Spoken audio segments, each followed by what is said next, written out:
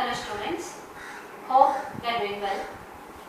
And today's our lesson is lesson 3 of 9th class, hydrosphere. You might have been read already in 6th, 7th, 8th classes about the spheres of our earth. Those are atmosphere, lithosphere, biosphere and hydrosphere. Let us learn the very interesting lesson, hydrosphere. Hydrosphere. Hydro means water.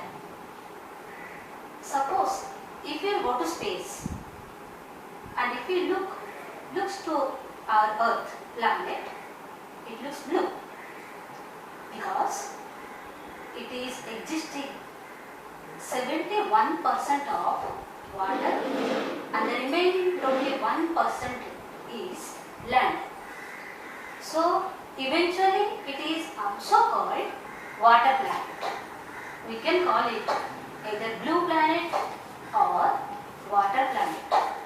And the reason is 71% of water and 21% of land is there on the planet. Now let us go through the lesson in detail. And the hydrosphere, the lesson, hydrological cycles, or we can call it as water cycle. You learned it in the primary classes also, water cycles, and the water cycle is divided into 6 stages. In that, the first stage is evaporation and transpiration. Second stage is condensation. Third stage is transportation. Fourth stage is precipitation. Fifth stage is runoff. Sixth stage is groundwater. Let us go through the lesson with the help of a picture, a diagram. And here you can see all the spheres were covered. The first one, the land part, lithosphere.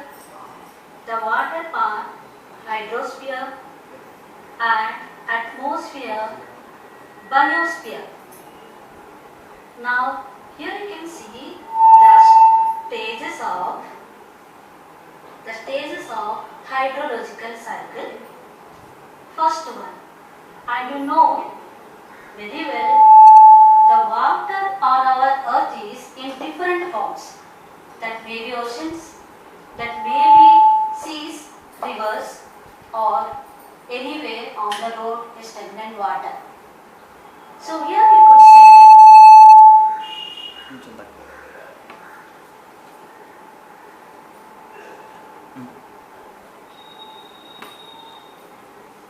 in the picture you can see the river water or any ocean water. Whenever the sun's rays falls on the water, it starts evaporation. Evaporation, the form of water changing into gaseous form is called evaporation. And after evaporation, along with the dust particles in the atmosphere, the water droplets forms into clouds, which is called condensation. This is called the forming of clouds is called condensation. And the next, third one is transportation.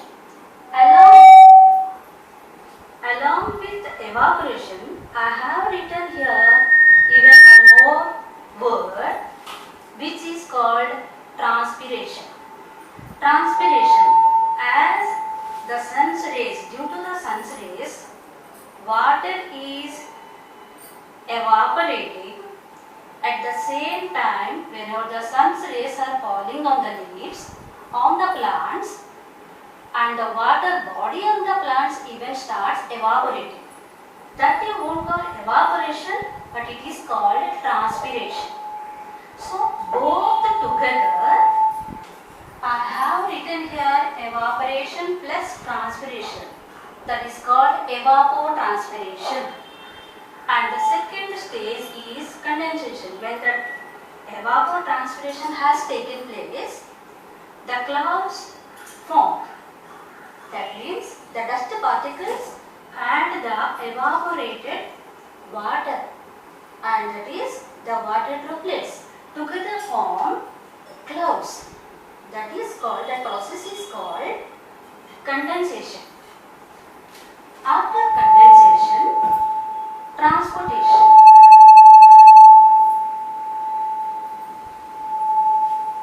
Transportation. And these clouds, due to wind, they move from one place to another place. That process of moving from one place to another place is called transportation.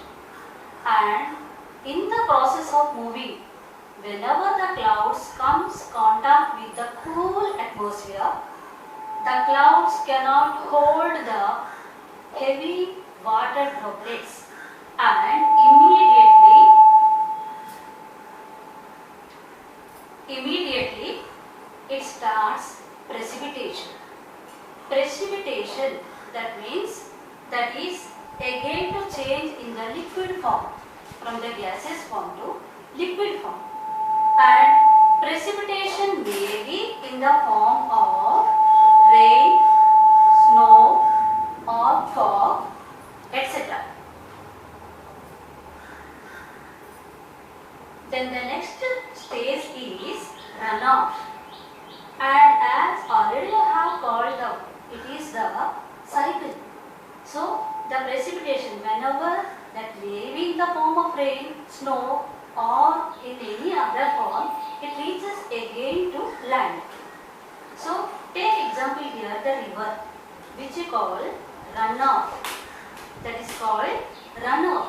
The flow of water on the earth is called runoff. And whenever it is precipitating, and some of the water which is penetrating into the ground, and that is called groundwater. That is called groundwater. So once again I am repeating all the parts, stages of hydrological cycle. The first one is evaporation plus transpiration. It can be expressed as RF is equal to RO plus ET. RF, that means rainfall, is equal to runoff plus evapotranspiration. Rainfall is equal to runoff plus evapotranspiration. The next subtopic is water sources. Water sources. Already you have learnt that many sources are there. For example, oceans, seas, rivers, streams, and in different forms also. But we cannot use all the water for drinking purpose. Out of 100%, if you will see, the total existing water on the earth, 97.2169% is saline water. Saline means what? Salt. Can you drink salt water? No, right? So here, out of the existing water on the earth part, 97.2169% is saline water. That means which is not accessible to either drink or to any other use. Here you can see another number, 2.783% fresh water. Though out of 100%, 2.783% is fresh water is there, but most of the fresh water trapped either in the ice form or in different way which is not accessible. Only 0.347 fresh water, so 347% fresh water concentrated in lakes, reservoirs and rivers, which is easily accessible our need. We do many work. We cannot imagine even without water. So Neither we can use salt water. So out of the existing water, here once again I am repeating, 0.347% of fresh water is accessible for our daily need.